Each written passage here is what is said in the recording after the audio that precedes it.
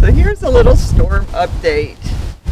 Fortunately, Hurricane Dorian missed this area. We got a lot of the outer bands, probably winds up to about 40 miles per hour and gusts up to close to 60, but really minimal impact.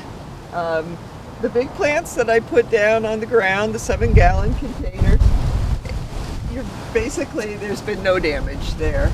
And so I aimed them that direction because the first winds from Dorian were from the north, and so I thought that would be easiest on the plants to point them south.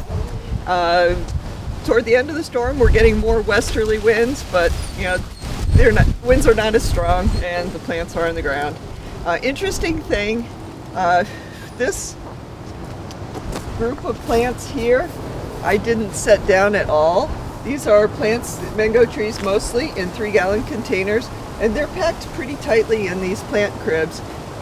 And they are benefiting from this mango hedge, this short mango hedge just to the west of them. So all of those west winds blocked very nicely. And then even the north winds really didn't have a good chance of messing with these plants. Then over here we have the grafts that we showed on the last video.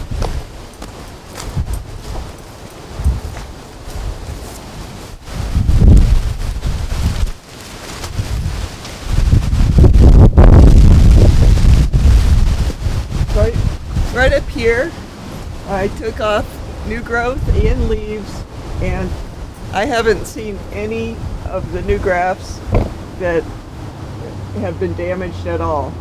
So anyway, good news for the grafts.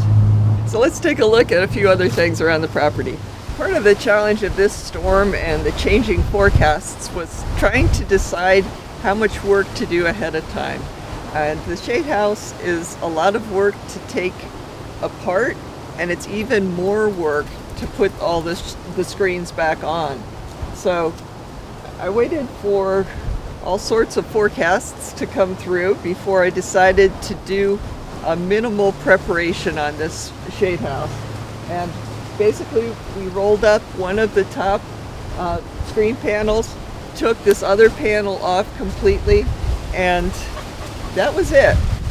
The wind was coming mostly from that direction, going to the southeast, and it looks like we fared pretty well. Of course, some of the plants were knocked over. That happens even in thunderstorms. And there's a little bit like this noni. You can tell it's been battered by the wind, by the way the leaves are hanging, but really minimal damage here in the shade house. So that's fortunate, because of course we don't want to have to put the structure itself back together again. We basically need to retie the panels that are on top or that go on top of the shade house, and then there are a lot of the ties from the side panels that need to be redone, but it's a lot less work than the alternative, and fortunately the structure itself wasn't damaged. So one of the few fruits that we have right now are avocados. Not quite ready to pick, but I did notice that the hurricane picked avocados. The good news is we still have a lot left on the trees. I think probably the ones that were knocked down were the ones that were the highest in the tree, because of course the winds are the strongest there. Another thing that I noticed is this is a recent new plant here. It's a sapodilla, and I think we planted it about 3 or 4 weeks ago, and the wind coming from the north and from the northwest actually has made it tilt a little bit. So one of our jobs later this week will be to put another stake in it so that it stays up straight, but the roots just hadn't had much chance to establish, and so of course the wind was going to do something to that tree. Not a big thing. We are just really fortunate with all these trees. I don't think we've lost more than a small branch on all of them. But yeah, it's sort of weird thinking back on the hurricane. And we did not get hurricane force winds here, but with a hurricane, even when you're in the outer bands like we were, the rain is just different.